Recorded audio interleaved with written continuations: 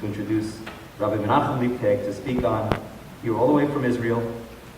He's given shiurim to our community before, and it's great to see all of you coming out tonight on the topic of being fruitful and multiplying, a commandment or a blessing. Rabbi Leibtag, a privilege to introduce.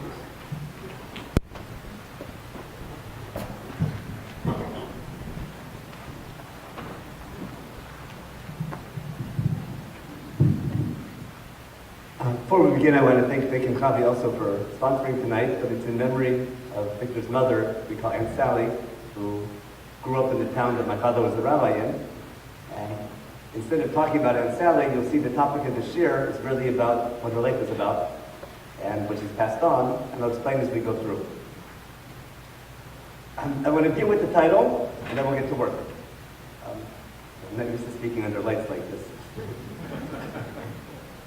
I'll try to get used to it. I want to begin with the title, and then we'll move to the topic. You know the difference, don't you?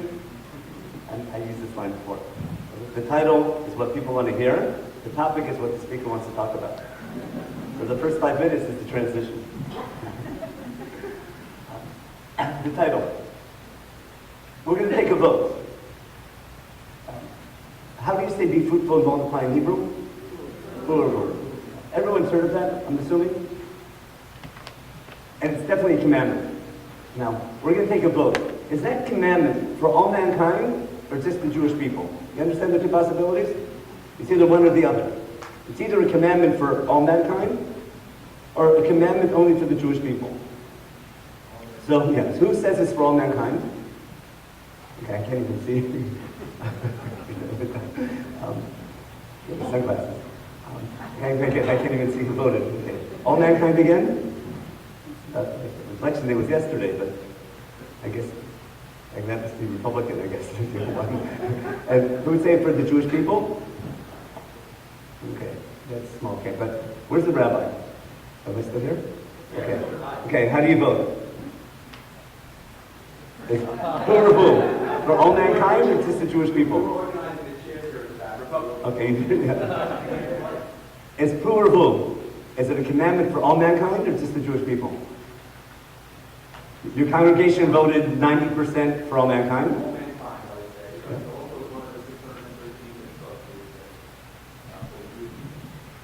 So it's only for us or for everybody? But what do we call the laws that are for all mankind? The Noachide laws. So it's either, if it's a Noachide law, then it's for everybody.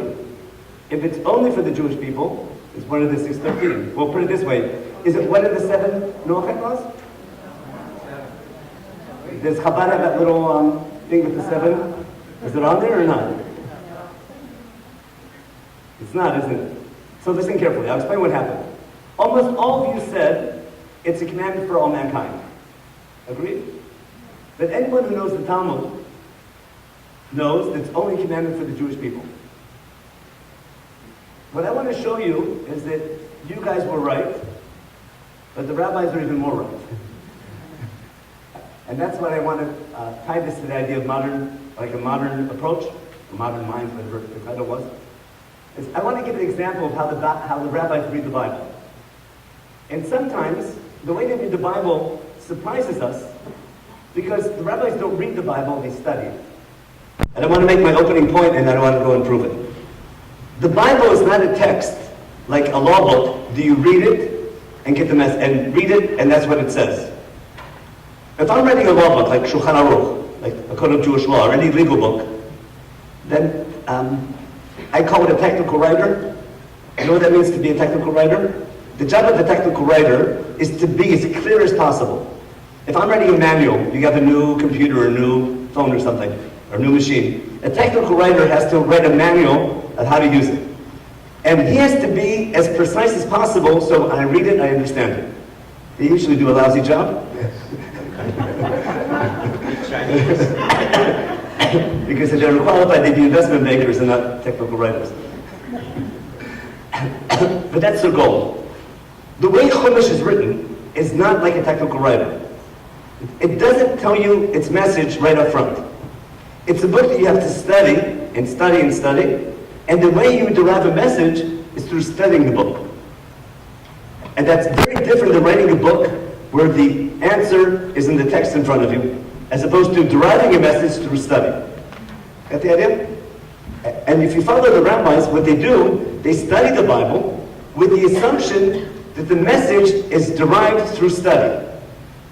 I'll give you a quick little example. There's a word in Hebrew called milah mancha, like a guiding word, late motif, not late motif, late word. Neither one's English. But you'll have a word which is sometimes strange or not fitting, and it will be used over and over again, and Chumash uses that word to tie ideas together. We mentioned this, I'll begin with the flood because it's partially related. The flood story everyone's heard of. It begins, there's an ark, there's a teva, it's 40 days and 40 nights, and there's someone there who finds favor in God's eyes. What's his name? Noah. God makes an offer, let me destroy everyone and make you the only one. Everyone knows the story. Later on in Chumash, there's a very similar story, isn't there? About who? Moshe Rabbeinu was saved by a teva. God makes him an offer. Let me kill everyone else and make you the only one. He finds favor in God's eyes. He's up there for 40 days and 40 nights. That's not coincidental. When Chumash writes the story of the flood, it has in mind that they want you to use the story of the flood to appreciate the story of Moshe Rabbeinu. The problem is Chumash doesn't come with a user's guide of how to interpret it. It tells you the story, and it leaves it to the rabbis to interpret. Now, here's the challenge, and here's the problem. The challenge is when God gives us a book that was written to be studied, and the message of the book is through its study, the problem is, how do you know you got the right answer? Which is what we argue about all the time. Isn't that Jewish learning? You read a story, you read the story of the Akedah. Some people say he did the right thing, some people say he did the wrong thing. You read the story of what Sarah and Hagar. Did Sarah do the right thing? She did the wrong thing. It's a difficult question. And Chumash doesn't have an answer book on the side. This was right, this was wrong. What happens instead? Over the ages, the different commentators read it and they try to interpret. And they give it how they understand it. And then someone says, like Rashi says one thing, Ramban says different. His grandson Rashbam says something different. Later on, although Barbanel will come and say something different. Now, they agree on something, some things they disagree on. The problem is, to a normal person, what am I supposed to do? Well, who's right? What I want to claim is that's what God wants to happen. I'll bring an example from the Akedah. The Akedah brings up lots of theological questions, doesn't it? What does God want from us? Can a divine command go against morals and ethics and things like that? I don't think you can read the story and say, oh, here's the right answer. But rather, it's the discussion of that issue, which the story becomes a catalyst for. It's through that discussion over the ages that we derive the message. And we become part of the process of interpreting the Torah. Now, what I'm telling you is modern, but it's dangerous. You follow? Because anyone can interpret it any way they want. And then the question becomes, who has the license to interpret?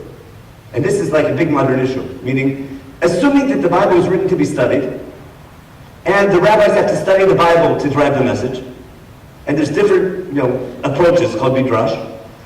So everyone can agree on that. The question is, who has the license to interpret? The same thing in halachic decisions. They want how many walls you need for a sukkah. So some rabbis read the verses this way, sometimes read them that way, and they derive their answer from studying the text. It doesn't say what it is. The rabbis have to make a decision. And the same thing, what's the theological message of some of the stories? What's the moral message? And when the rabbis have different opinions, they discuss them. Then the question comes up, who has the license to interpret? And then how do we decide what interpretation is legitimate? So there's a modern approach, which is rather ancient, that up until, let's say, the 16th century, maybe the 17th century, up until a couple hundred years ago, rabbis had the right to interpret, and then all we can do now is study their interpretations. You follow? It's called, it's like we teach students, out of respect for our rabbis, you can read and study, but you can only read the Bible the way the rabbis read the Bible. It's a very popular approach. The more modern approach is, we read the Bible again, with new eyes, with new background, and every generation tries to find new meaning. But then the danger is, people can say, what they call in English, narishkeit. Narishkeit is People can say things that make no sense at all. Who decides what's legitimate and what's not legitimate? So on the one hand, what keeps Judaism going is this constant desire to study and interpret. And then the question is, how we decide what interpretation is legitimate and what's not. And then we run into the problem where people begin with a certain outlook, and they read whatever they want to in the Bible. It's called, it's called rabbi sermons. That's not nice. I'm just kidding for comment. You see what happens sometimes? Because you have a certain outlook on life, or a certain political view, and that always stays the same. In any story directly in the Bible, I can find my message in that story. Don't we do that all the time? No. Is that intellectually honest? No, I'm not saying, I'm only joking about rabbis. The politicians pursue that. They use the Bible to promote what they want. The question is, can you study the Bible without that bias and try to understand what's the Bible tell me to do? So I want to bring an example tonight about how the rabbis read the Bible and how we take something which seems to be one way but might be something different. Okay, that was my way of introduction. So let's go back to our question. To be fruitful and multiply, Fruitful. Who is it a commandment for? Now most of you, rightly so, it's for all mankind. What's the reason? Because where in Bereshit is it? It's together with the 7 Noahide laws. And what we're going to do first, we're going to read the 7 Noahide laws, or there really aren't 7, but 7's a magic number. When the rabbis say there's 7 Noahide laws, don't you realize it's a game? There's got to be 7. Now go look for them.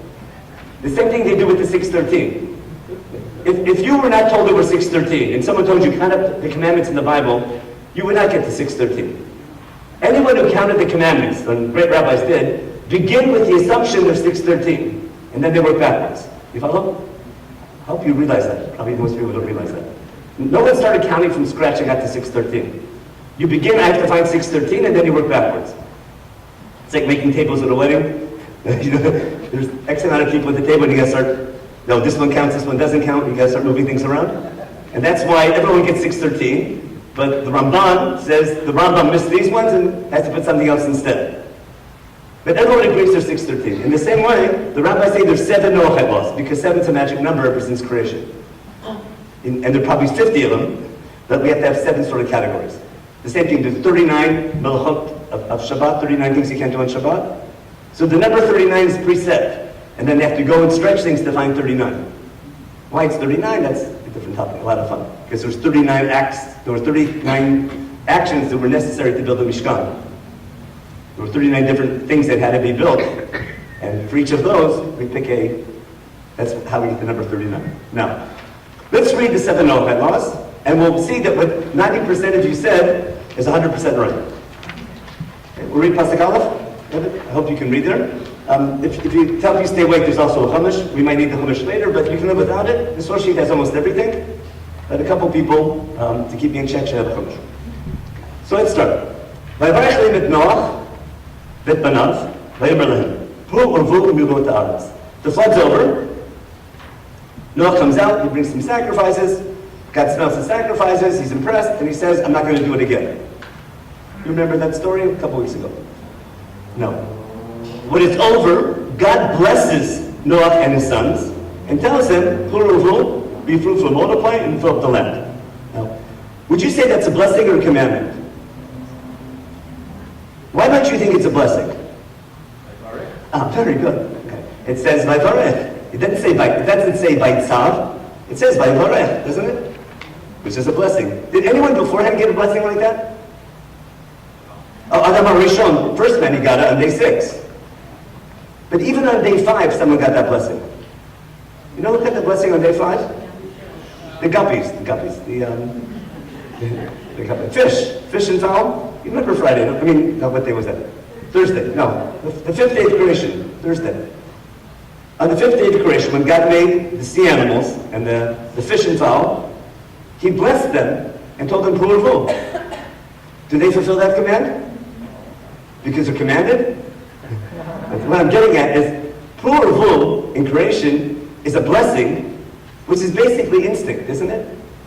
It's the recognition that the way God made nature is a blessing from God. Now, Noach is told by God, after the flood, the same blessing that Adam Rishon had when he was first created. If you know the flood story, it's God sort of recreating. Because in the first creation story, everything's covered in water, isn't it? And then we see the land and things begin. There's tons of textual parallels, or what God basically does, he takes his creation, which went a little off, became ruined, and he puts it through the mikvah.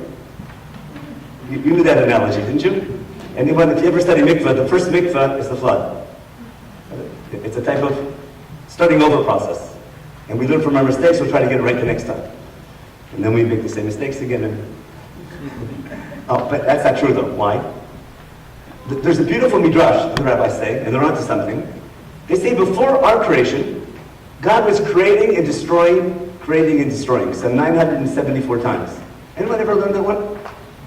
It's there? Someone, right? Someone's nodding. There's a midrash that says God was creating and destroying, creating and destroying. Why 974? It's 1,000 minus 24 generations. And then he comes to ours, and what's he decide after the flood? That's it. The game's over. And I made it, and I'm stuck with it. And it's going to be a covenant. You know what that covenant's called? That's the Rainbow Covenant. And this is the precursor to the Rainbow Covenant. And what's going to happen after the flood is that God's going to say, I created this time, and I'm sticking with it. And even if it goes bad, I'm not going to start over again. You know what it's like? We have something very similar. God decides, I'm going to set up a kingdom. In Sefer Shmuel, we'll have a king. And who does he pick? Shaul. A couple years later, what does he decide? Oh, what a mistake. Remember that one? What's the word? What's that word in Chumash? Vaynachem. Just like he said before the flood. I'm sorry what I did. I want to start over again. He picks a new one, David. And what does he promise David in the covenant? I'm not going to do to you what I did to him. It's the exact same wording, the same pattern. The same thing with the first luchot, the first tablets and the second ones. There's the Vaynachem there also in a parallel way. What I'm getting at is that there's a pattern going on in the Bible. But one of the key points that comes through it is that God is saying the creation that he made that appears to be imperfect, because things always go wrong, no matter how bad it is, it's always there. And once you're in a situation where I can't start over again, what do I do if it breaks? If I have something, if it's no good, I'll buy a new one. But let's say I can't buy a new one. So what do I do when it breaks? If I can't buy a new one, I have to fix it. And after the flood, God's relationship with mankind now is, it's up to you to take responsibility to fix it. What we say in Aleinu, the Taken Olam, the Malchut Shaddai. It's now a road of tikkun. Or what I like to say, creation is over and civilization begins. And civilization is handed over to man. And man is the master of his fate. God gave him the ability, God blesses him with the ability to do good or bad. And what man does with it, that's what he has to do. No. Therefore, after the flood's over, God talks to Noah and tells him, we're starting over again, but now you have to have children. Or now the same blessing like Adam had. So it's a blessing, but the question is it a commandment? If you saw, anyone see the movie Noah? Yeah. So there's a new movie out. Yeah. No, it doesn't match the Bible so well, but they're onto something. I'm not sure what were they onto. Was Noah's job, was man so bad that God said man is the worst thing I created, and Noah's entire job is to get rid of mankind but keep creation without mankind, and therefore he only survives to keep all the animals alive, and as soon as the animals are alive and mankind is wiped out, then he has to go. You follow? That was the Kiddush. That's how they changed the Bible story. But they're onto something. And then then mercy, which wasn't God's mercy, that was the woman's mercy. You follow? The female mercy, which was so deep in the story, having it decides no, mankind's going to stay, but we have to have mercy. Now, what's happening here is God gives us command. Watch what happens next. We repeat the idea that your fear will be upon all the other living things, like God said before, just like beforehand. You'll still be the most complex animal and you'll be in charge of the rest of all living things. And then, like probably the nicest thing after creation is, God says you can have fleishes. It's okay to eat animals. Before you couldn't, now you can. But now that it's okay to eat an animal, what do you need to know? You can't eat an animal alive. You know what's called that? What's that called? It's one of the 7 Noach laws. Ever minachan.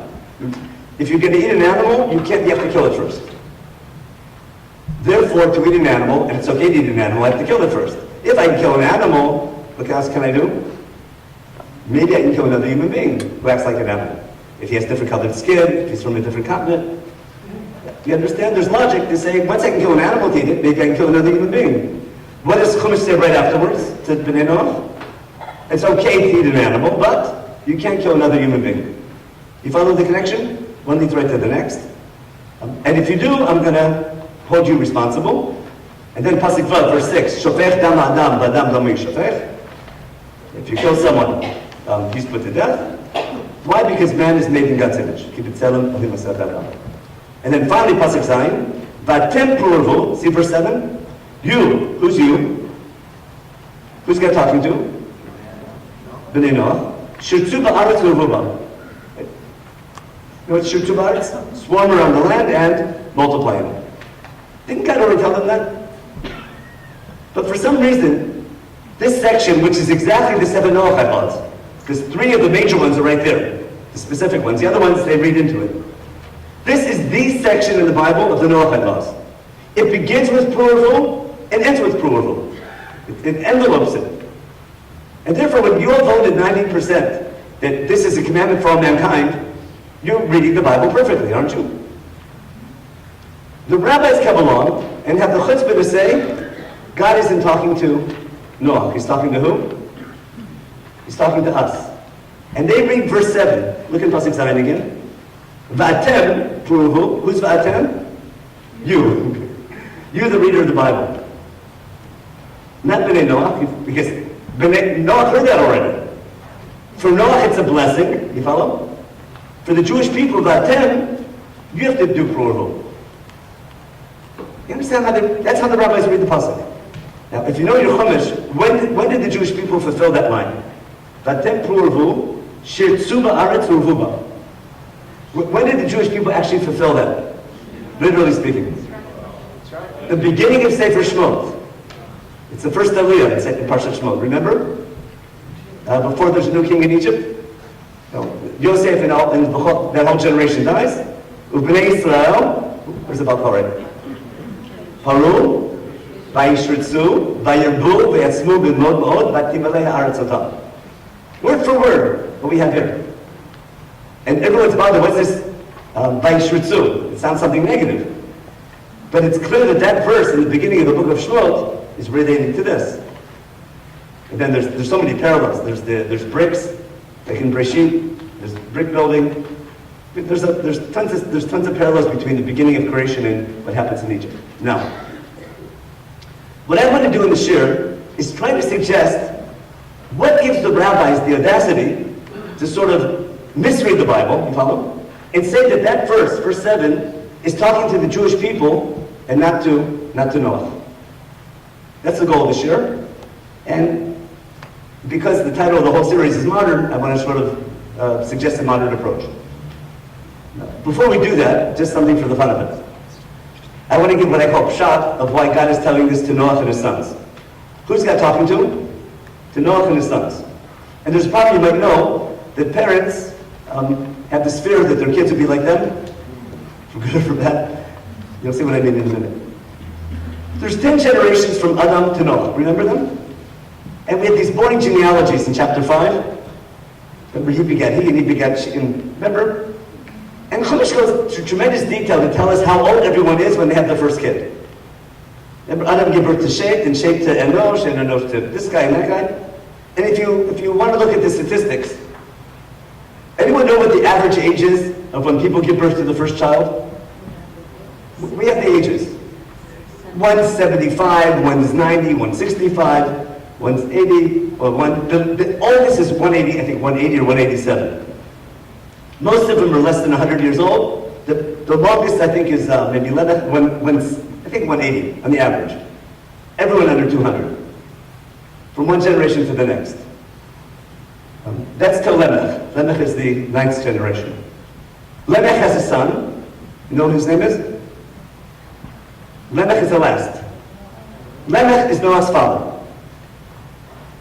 And when Lamech gave birth to Noah, he pronounced why he called his son Noah. And anyone remember why? Why was Noah called Noah? He said, Zeh Rachamenu. We're hoping that Noah is going to save mankind. From what? From the curse of the land. Since when was the land cursed? Remember, Zeh Rachamenu mitzvot yadeinu u'naseh asher ara ha'adamah. The hope was that Noah would undo this curse. When was the land cursed? Remember Adam HaRishon? Remember when he did something wrong, he blamed it on his wife?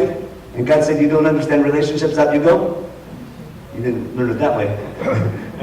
But you know the story, don't you?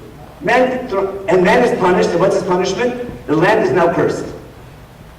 Now, if you're really into statistics, and you follow all those genealogies and calculate the years, when Lamech, Noah's father, was born, Adam HaRishon was still alive.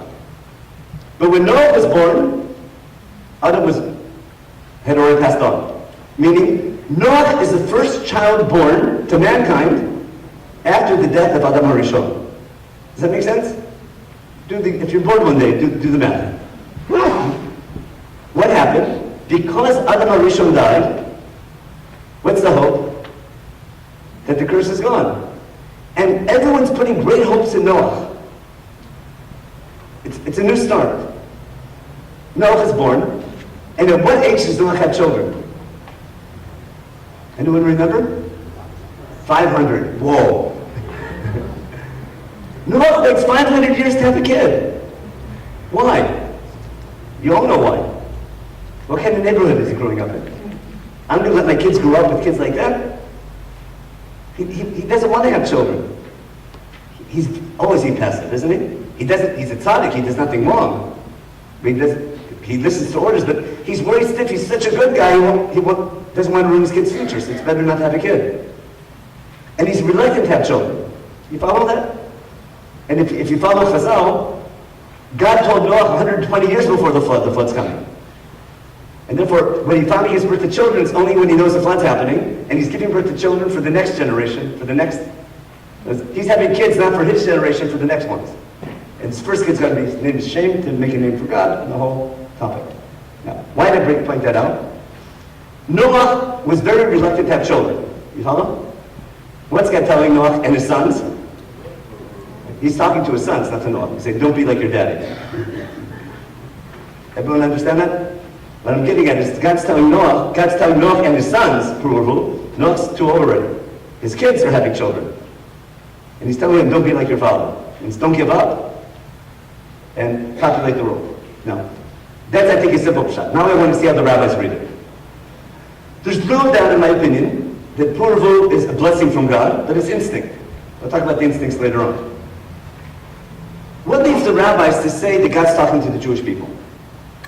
The topic of the Bible is not a history book.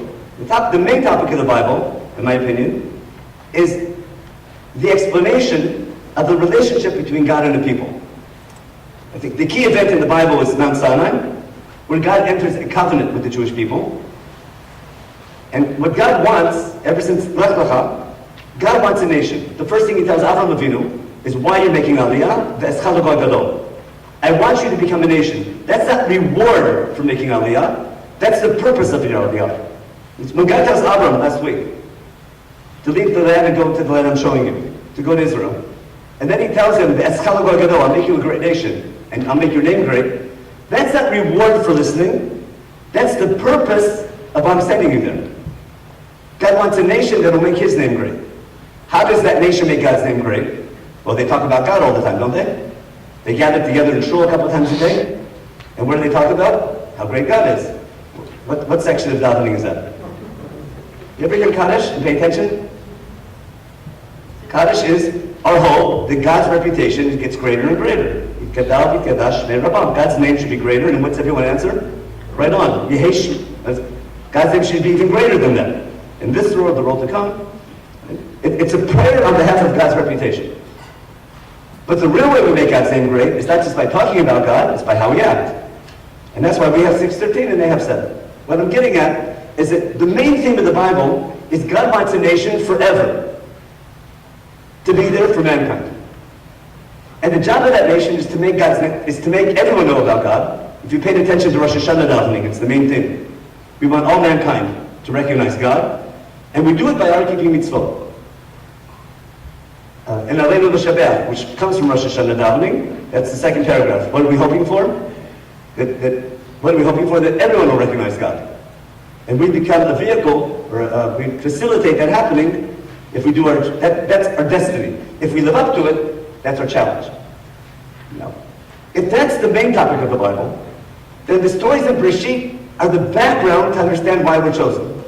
I need to know why God was upset with mankind and why I need a nation. Because if you leave mankind alone just with nature, the nature of man is to do bad sometimes, especially civilization and society. People do bad things to each other. They start wars, they're corrupt. That doesn't have to happen, but it can happen. God gives man the blessing to be creative at the same time, with the danger that he doesn't use his creativity the right way.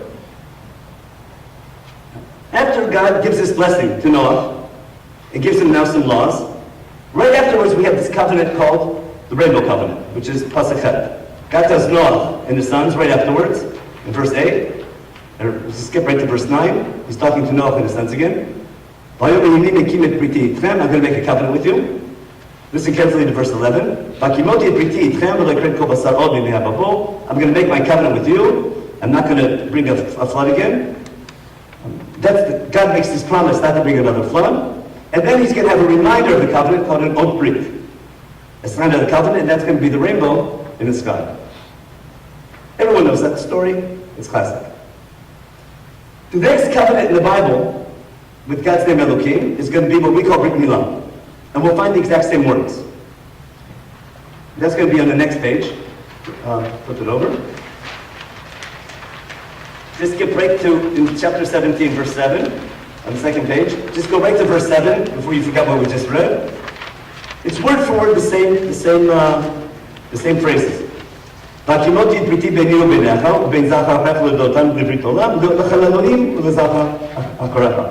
explain what I just read. The covenant that God makes with Avraham Avinu, with God's name Elohim, is written with words very parallel to the Rainbow Covenant. We call that in English a bris, or a brit. If you're playing association game and you say the word bris, what word would you use for that in English? Bris means what? Circumcision, doesn't it? When people say, if you go to a bris, it's circumcision, to the point that a lot of people think that's what the word bris means. But in Hebrew, bris means a covenant, or bagels and lumps, one or the other. Now, why do we call circumcision a bris? Because we do circumcision and a bris. But what circumcision? Ask the Moil, or the Brit Kodesh. Circumcision is the reminder of the covenant, but not the covenant. You follow? Circumcision is the reminder of the covenant. What's the covenant? That's verse 7. The covenant of the Bible is Liot L'cha Elohim. God's making a covenant with Avraham Avinu that I'm going to be your God, and hence you're going to be my people. If you remember the 4 cups at the Seder, the first 3. Let's see, the 4th cup, V'lakachti etchem li la'am, v'aydi lechem Elohim. You'll be my nation, I'll be your people. On Yom Kippur, you're saying this like 20 times. Anu amecha, ata Eloheinu. Remember that song? And we sing it 12 different ways. But basically, we're in a partnership together. You're our God, we're your people. You're our father, we're your kids. You're your master, we're your servants. You're the shepherd, we're the flock. Okay? You provide the kiddush and we eat it. We're in this together. And that relationship is eternal, la'olam. You and all your offspring. Now, if that's the key theme of the Bible, that's exactly what happens at Har Sinai. Now, at the seed level, pun intended, it starts with Avraham Avinu, but Avraham Avinu is not a nation. He plants the seeds of the nation. We become a nation through our slavery in Egypt and our redemption. That's the other covenant, Brit Ben Tarim. That's the Seder. The historical process of becoming a nation is one covenant, but the concept begins in Brit Milah. And it becomes official at Mount Sinai. We have the exact same words again. We'll see them in a minute. Now I want to make my main point of this year. What I want to suggest is as follows. If God's goal of Chumash is to have a covenant with the Jewish people forever, and mankind has, figuratively speaking, 70 nations. Some are good, some are bad, some go astray, and things tend to be bad. God's going to choose one of those nations, one of the 70. He's going to separate them. That's called Kedusha. He's going to separate them for the sake of mankind, give them a special status called an Am Kadosh. But the purpose of that separation is to help the rest of mankind, to be the model nation that other nations can learn from. It's called Remember, you chose us from all the nations. You separated us with the commandments you gave us. You brought us closer so we could serve you. It's Yom Tov davening, I'm sure you remember. That your name and reputation is riding with us. It's not the only way God has an effect on mankind, but one of God's plans is that He's going to have a nation that's always going to be there to talk about God. And that's their destiny. When the Jewish people agree to that covenant at Har Sinai, and they accept it and say that's Seven Ishma, we basically take it upon ourselves an obligation, not just for ourselves, but for all generations. There's a website based on that called, what's that website called? Called Sayu et Sanai. You've heard of that website? It's a Shidduch website. It's called Sayu et Sanai. But you understand the idea behind it? You learned the Medrash that everyone was there. All the Neshamot were there. The idea behind it is that there's a covenant between the people and God, and that covenant's eternal. Now watch. If we as a nation take upon ourselves to be God's nation forever, how do you fulfill that? How can one person fulfill a covenant forever? How do you do it? You live. Human beings, they're finite. They come and they go. Every living thing, by nature, is finite. Sooner or later, they die. But even though the individual dies, every living thing has the ability to have children. Don't they? Which is a blessing from God. The ability to have children is a blessing. And even though the person dies, he can bring up another generation. But because of our covenant in Har Sinai, what are we obligated to do? We're obligated to have children. Does that make sense now? What I'm getting at is that I don't need the pasuk. The concept of the need to have children is based on the covenant in Mount Sinai.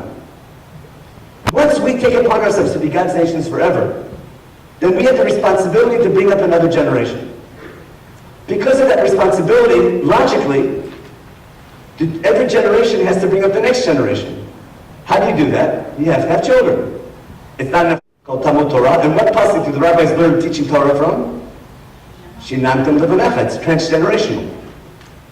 The highest level of Torah study is when you teach your children, or you teach one generation to the next. And therefore, those two commandments cost us a fortune, don't they? They're the biggest part of our budget, after weddings. And weddings part of it, that's right. But look what we put into it. The need to have children is not because of this pasuk. It's because of the covenant in Mount Sinai. You follow? Therefore, what are the rabbis saying? The rabbis are saying, even if I didn't have a pasuk by Noah, the rabbis are saying, a Jewish person, someone part of the covenant, is obligated to bring up another generation, therefore you have to have children, even if it didn't say a pasuk.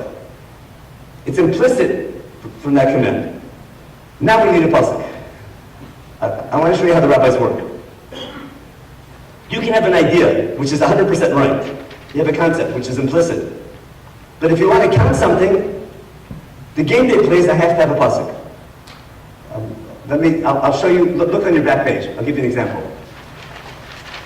This is a great Ramban. What I want to show you now is the way the rabbis work. I can have a concept which I know is right, but to count it as a commandment, I need a verse. Sometimes the verse doesn't say what I'm looking for, so I got to read into it.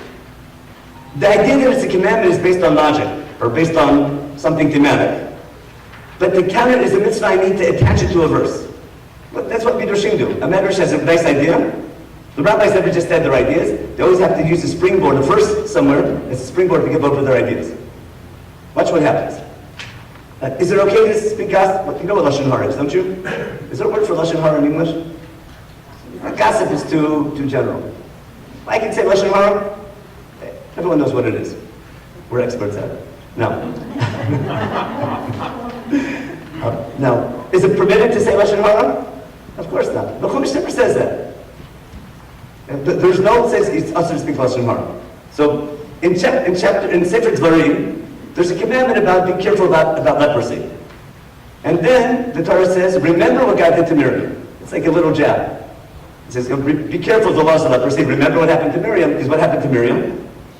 She spoke about her brother, and she got leprosy. So the Ramban and the rabbis say, the commandment to remember what God did to Miriam is really a commandment not to speak Lashon Hara. Understand? So the Ramban reads like this. I have translated English, but he says, Lefi dati, Ramban, Nachmanides says, it's a mitzvah taseh. This is a positive commandment. To remember what God did to Miriam is not just a good idea, but it's a positive commandment. Just like what? Every other zachor. Remember them? Zohar Shabbat, the Ten Commandments. Remember that God took you out of Egypt. Remember what Amalek did. If those are commandments, then this is also a commandment. You follow what he does? And this is a warning not to speak Lashon Hara. And it says it's a positive commandment. And we have to remember what happened to Miriam, even though she was righteous and she meant well, and she had every reason, in fact, she did the right thing, it was still wrong. And if we remember that's what happened to Miriam, who had good intentions, oy v'avoy to us if we do it with bad intentions. She was doing it to help somebody. We're doing it to spite somebody, even worse. So you remember that every day, and that'll stop you from doing Lashon Hara. Now, this is what he says at the end, where I highlighted. It says, he says like this. In the Hebrew where it says, from here we see the rabbis making a mitzvah, and not just a good advice. The word I have it sort of italicized in Hebrew. He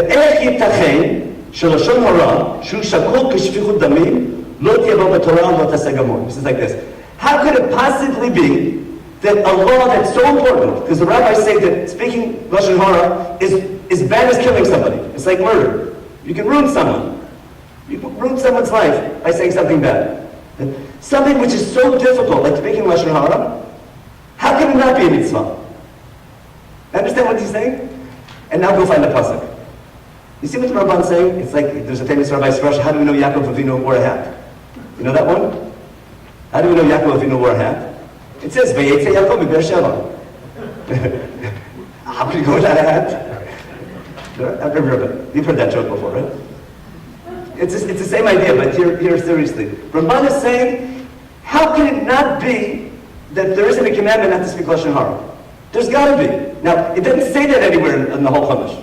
So what do? They attach it to remember what God did to Miriam. It's thematically connected, but you understand how the rabbinic mind is thinking? Thematically, it's got to be a commandment. Now go look for a pasuk. Now let's go back to our topic. Because of Mount Sinai, because we take upon ourselves as God's people to be His nation forever, it only makes sense that we're commanded to have children, not because it says Fruitful, but because we said Aseh v'Nishma. We accepted to be God's people forever. Now I have to go fishing for a pasuk. It would be very nice if it said it by the Jewish people, but it doesn't say that anywhere. Where does it say it? Well, it says it to the fish. It says it to Adam Arishon. It says it. We pick the one to Noah. The one that introduces the rainbow covenant, which is just like the circumcision covenant. And how did the rabbis read it? Noah already heard this as a blessing. The first pasuk on the first page. Remember? God blesses Noah and his sons plural. That's for Noah, a blessing.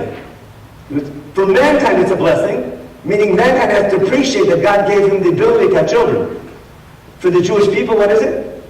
It's a commandment. And therefore, Vatem Pruvo is not Noah, but you, the reader of Chumash. You see what the rabbis are up to? And therefore, the rabbis say it's one of the 613, but not one of the 7. The blessing is for all mankind. The commandment is for the Jewish people. Now watch how neat it works.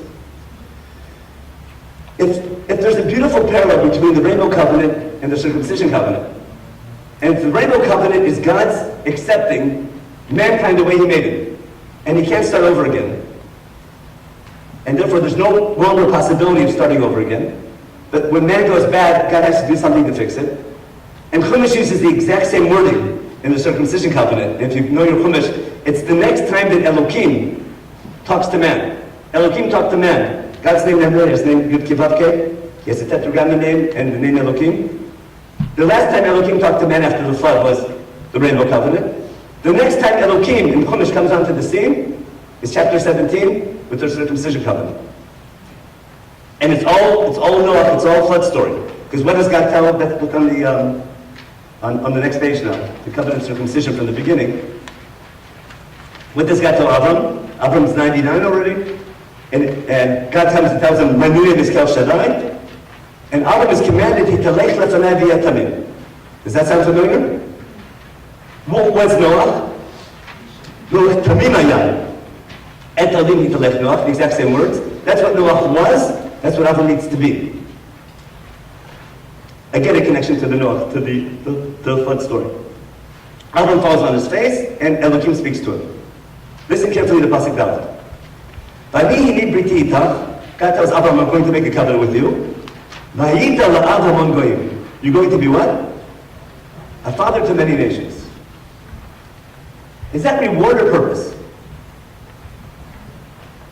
What's it sound like?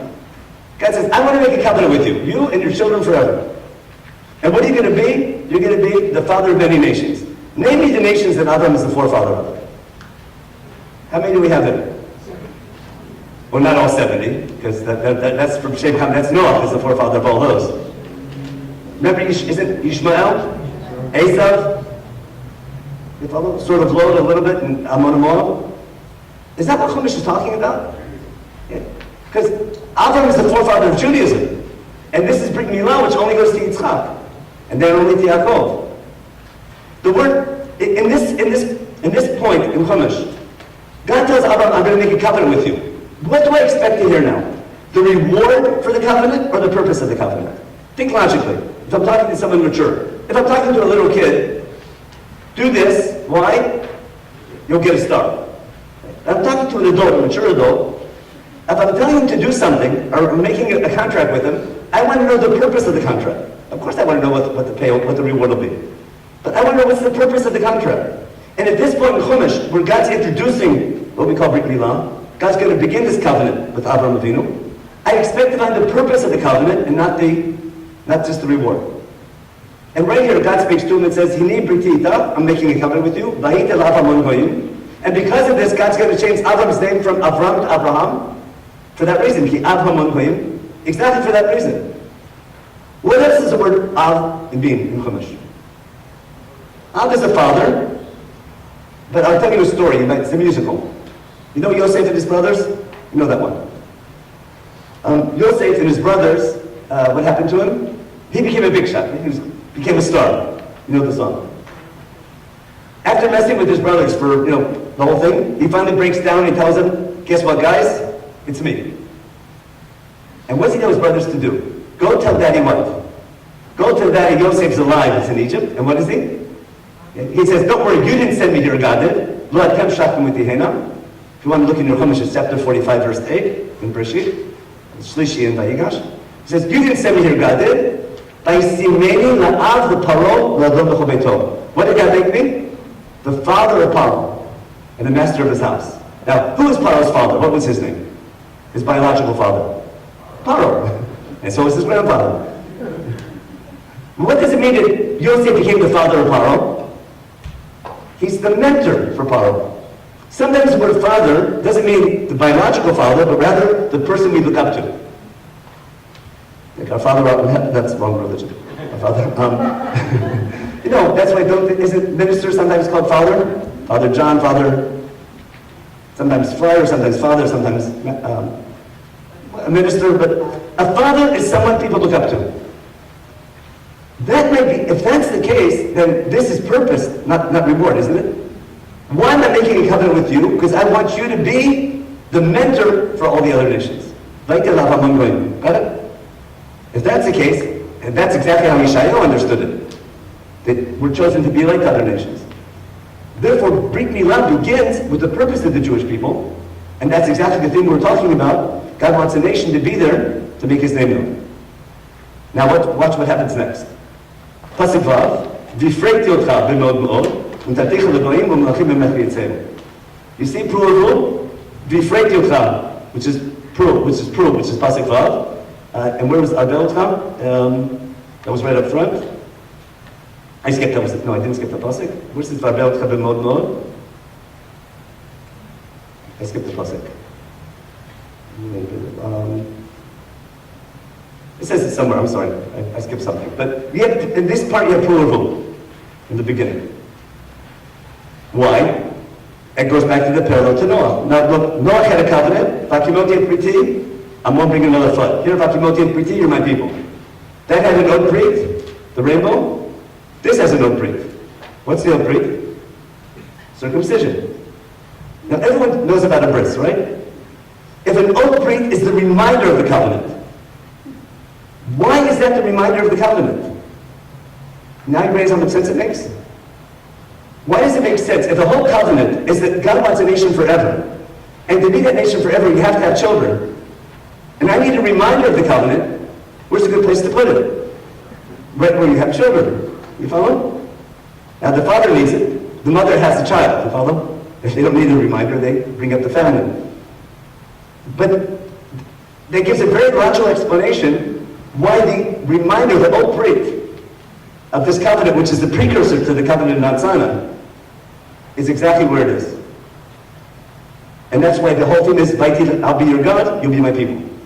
And to remember that we have a responsibility to be God's people forever is going to be circumcision.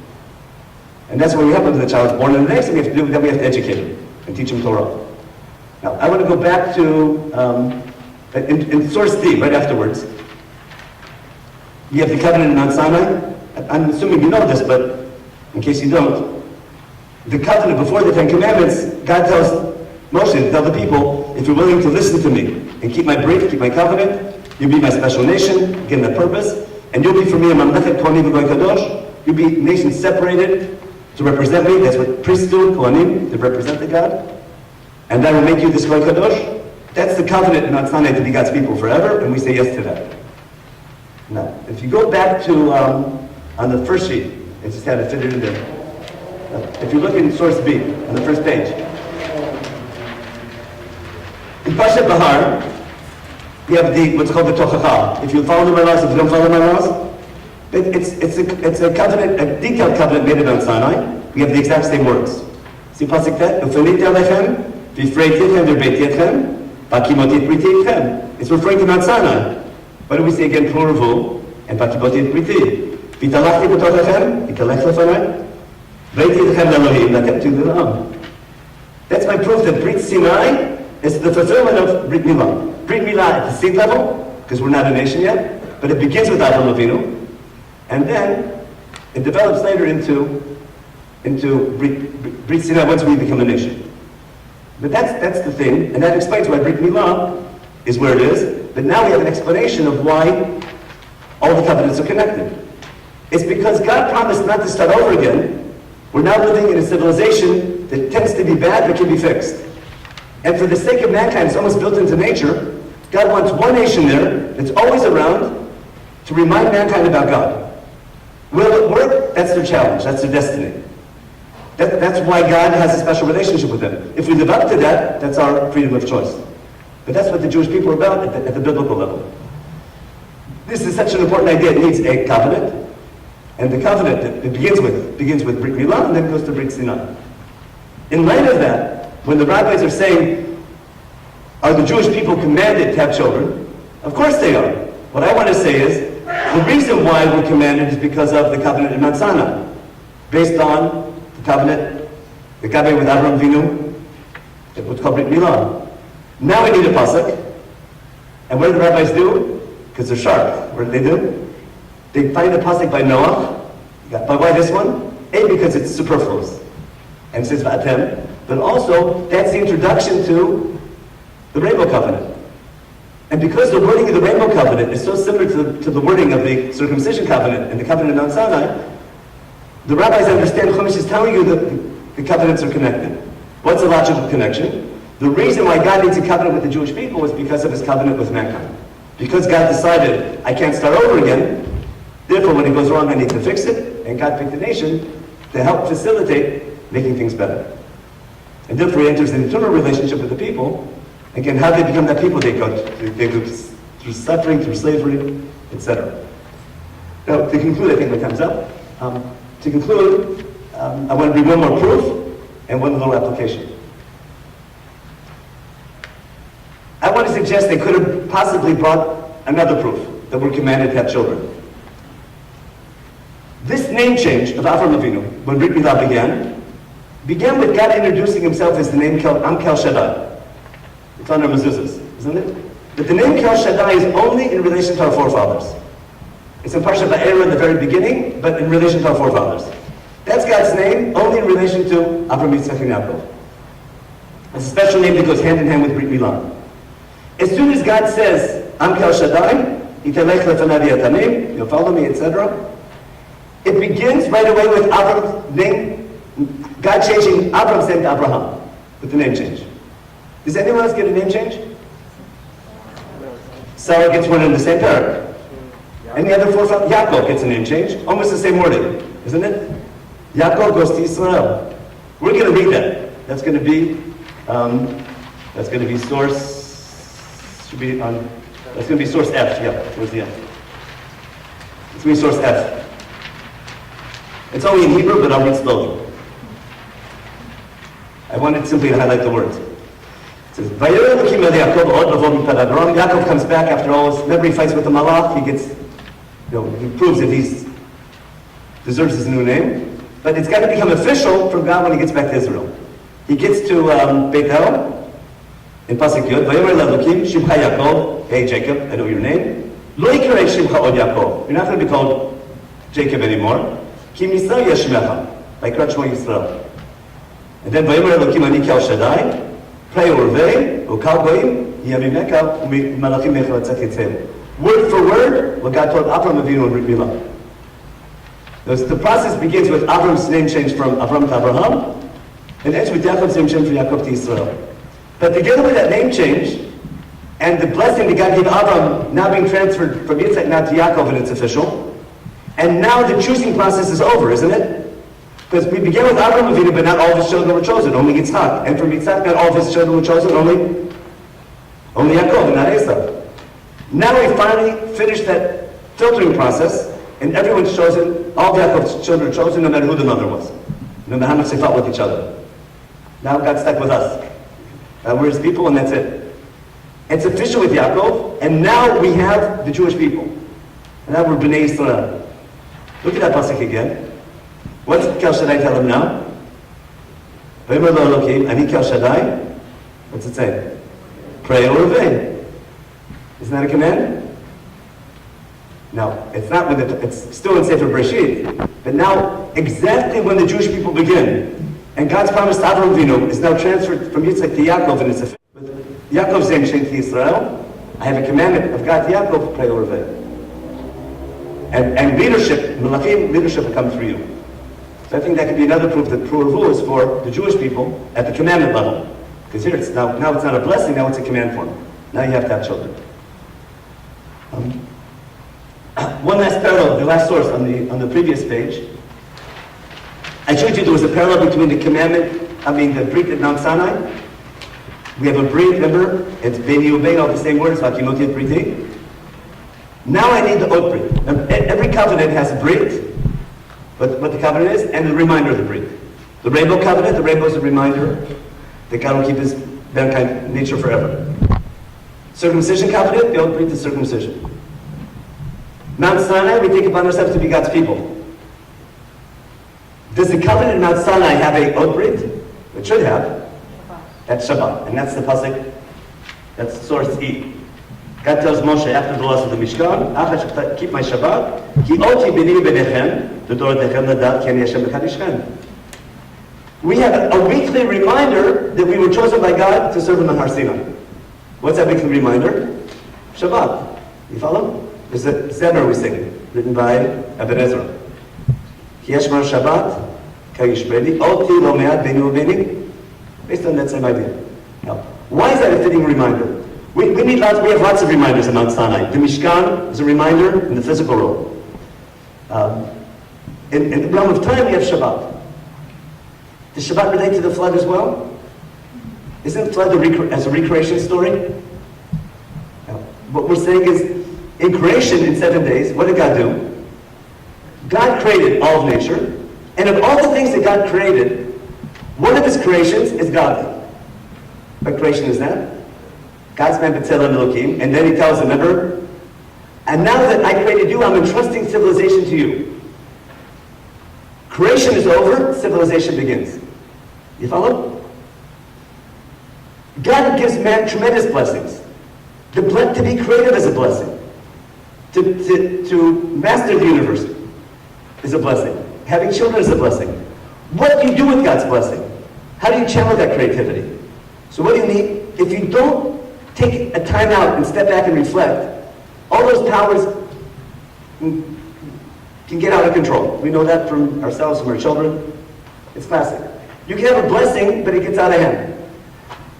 Once a week, a little time out to reflect on not only who's the creator, but why God gave you creativity is a great way to make sure that when you are creative, you do it the right way. Because the commandment to keep Shabbat begins as follows: Sheshet yamim tavod v'yom hashvit tishbot. There's also a commandment to work 6 days a week. You're supposed to be creative, but you have to remember that creativity is a blessing from God. What do? Once every 7 days, I take a stop from all creativity. On Shabbat, I can't be creative. It's creativity that's forbidden in the 39 Malachot. And God tells you, stop all creativity and reflect on that creativity so that when Shabbos is over, I know what to do with my creativity. And that's the deeper meaning of Shabbat. And that reminds us as the Jewish people how we use our creativity and our creative abilities and the blessing God gives us to use it towards the purpose of why He chose us and why He watches our history. So I want to conclude with relating that to what Aunt Sally, who shares in a dedicated memory of. I grew up I was a little kid when she was like, that's why I call her Aunt Sally, but my father was a rabbi in the shul. Her dedication to Jewish family, to Jewish values, to education, to keeping the Jewish people going was unparalleled. That was her, basically her whole life. She dedicated her life to that. And if something was wrong, everyone knew about it. Her opinions she was very strong-minded, and she had a good opinion, she said it. And that dedication, not just to a person himself being Jewish, but keeping Judaism as a community, as a nation going, that's part of that's the secret, I guess. That's the main ingredient of Jewish survival. Therefore, the need to be Jewish people, need not just I have to be Jewish, but I'm responsible for a nation to be Jewish. And that responsibility is on everyone. On a communal level, we have to bring up the next generation. On a communal level, we have to make sure we pass on that tradition from one generation to the next, but also on a communal level, we have to act in a way that brings the concept of God to mankind in a positive way. Now, how to do that, we call that machlokes, don't we? There's different ways to accomplish that, and there's different views in Judaism how to accomplish that. And I think I want to end with sort of maybe a bit of direction or blessing. You can agree on the goal, but you can disagree on the tactics.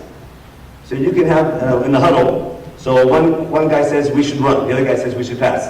You follow? One says we should punt, whatever it is. You follow? But we're all the same team. We have different hashkafot, different different ways of looking at things. And we argue a lot of what's the best way to accomplish the goal of the Jewish people. Sometimes we're so busy arguing with each other, we forget we're on the same team. And we have it's important that in this goal, being this nation, it's important to be dedicated to the way you view things, but also to have an open ear that the other person you're fighting with and arguing is still he's not the other team, he's your team. We got plenty of other teams we have to deal with. And sometimes using too much energy to argue with each other, it's better to use those energies to try to understand the other and work together. Easier said than done. But I want to conclude with that because when Yaakov gets that blessing, God gives him 12 tribes. Not one tribe, but 12 tribes. We're one nation with 12 tribes. And the idea of part of being Jewish nation, even though we're one, but we're many tribes within that one, that's also the key to Jewish survival. So I thank you for listening. That was sort of the approach to the Bible I get in trouble for sometimes, how the rabbis read it, but I think it's very deep with how Chumash develops that way. If the rabbis learn concepts from the Bible, Halacha applies it in real time, but studying the Bible to find the concepts, and then playing sort of that game of what you count, what you don't count, that's more of a technicality. But the rabbis know how to read Chumash, and they're onto something, because they study the Bible, don't read it. If I read it, you all voted right.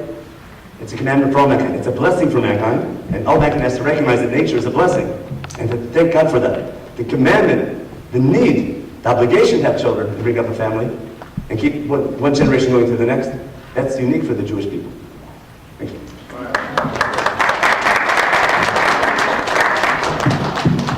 I will stay around and answer questions, but I think we're over time.